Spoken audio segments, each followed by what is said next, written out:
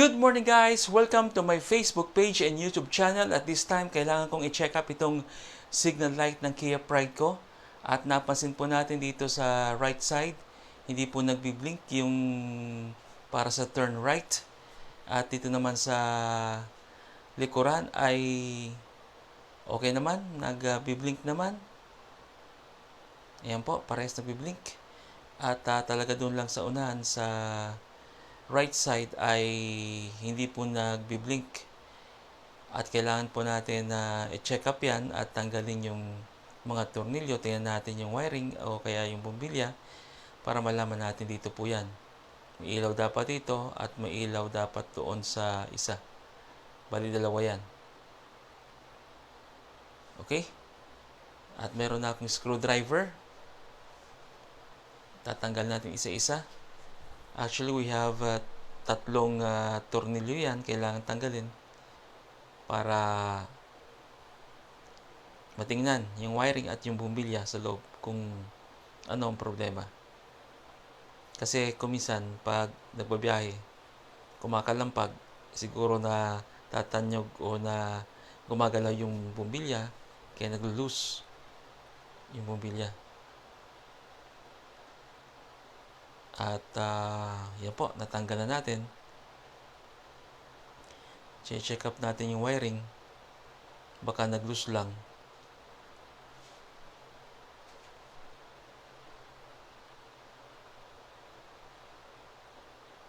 Ayan. Papatong muna natin dyan. Try natin buksan yung switch para sa signal light. Kung iilaw siya.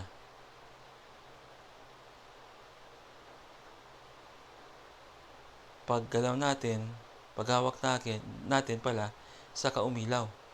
Unang hulugan sa, kung hindi sa wiring, doon sa bumbilya nag-loose.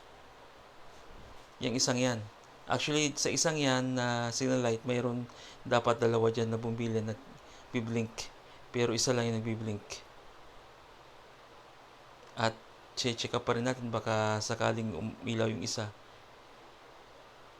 At tingin natin, talagang yung isang bumbilya ay hindi umiilaw. Kaya ang gagawin natin mamaya, tatanggalin natin yung isang bumbilya.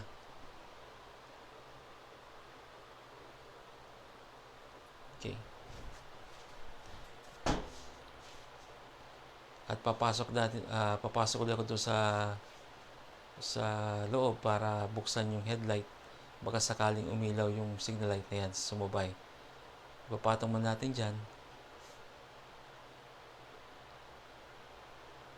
Yan, papasok tayo doon sa loob para buksan yung headlight. Yan, nabukas yung headlight pero hindi sumubay yung isang ilaw dyan sa katabi na nagbi-blink. Kaya ang gagawin natin, nawala yung, in-off ko pala yung signal light.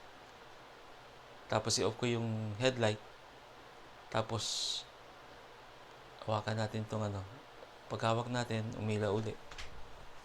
So talagang may problema sa wiring. Naglulus po yung linya nito. Kaya ang gagawin natin, tatanggal natin yung bumbilya na hindi umiilaw. At ipapakita ko sa inyo dyan sa camera kung ano itsura ng bumbilya.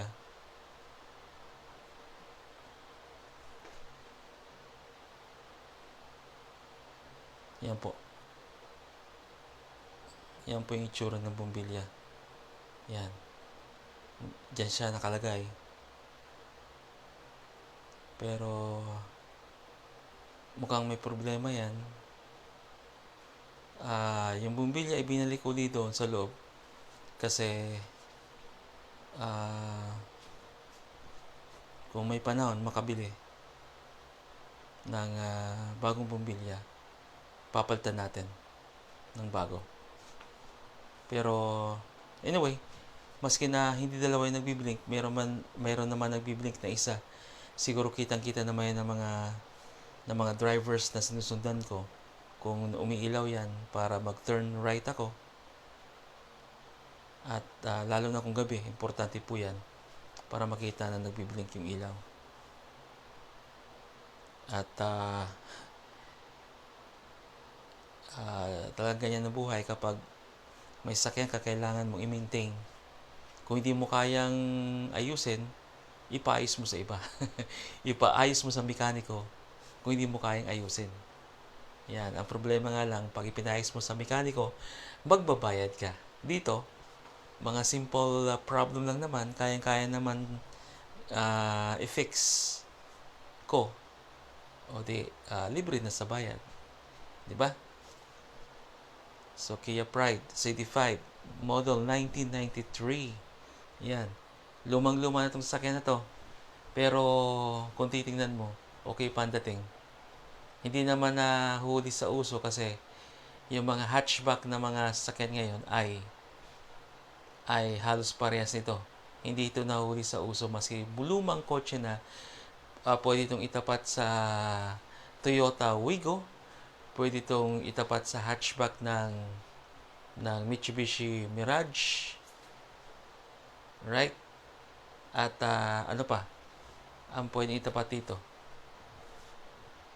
na kaparehas ito? We have Celerio, Suzuki Celerio, kung hindi ako nagkakamali. So, hindi pa naman nalalaos ang model nito kumpara sa mga bagong sasakyan ngayon. Na kung saan, itong body ng sasakyan nito ay medyo matigas kumpara doon sa mga bagong sasakyan ngayon na ang lalambot ng body. Ayan. Kapag nabunggo, parang papel na niyupi. Ang mga body ng sasakyan ng mga bagong sasakyan ngayon. Ako, ang lalambot ng mga body kumpara dito sa mga lumang sasakyan na makapal ang body. Di ba? So, yan na po. Try natin tingnan. Dito, may signal light. Dalawa po yan. Pero dito sa kabila, isa lang yung nagbiblink. Nahulugan yung isang bumbilya. Kailangan kong bumili pa para malagay yung isa. At dito sa likod, ganun din, umiilaw. Yan, nagbiblink din. Okay? So, that's my car. Kia Pride CD5. Model 1993. Okay. Thank you so much for watching.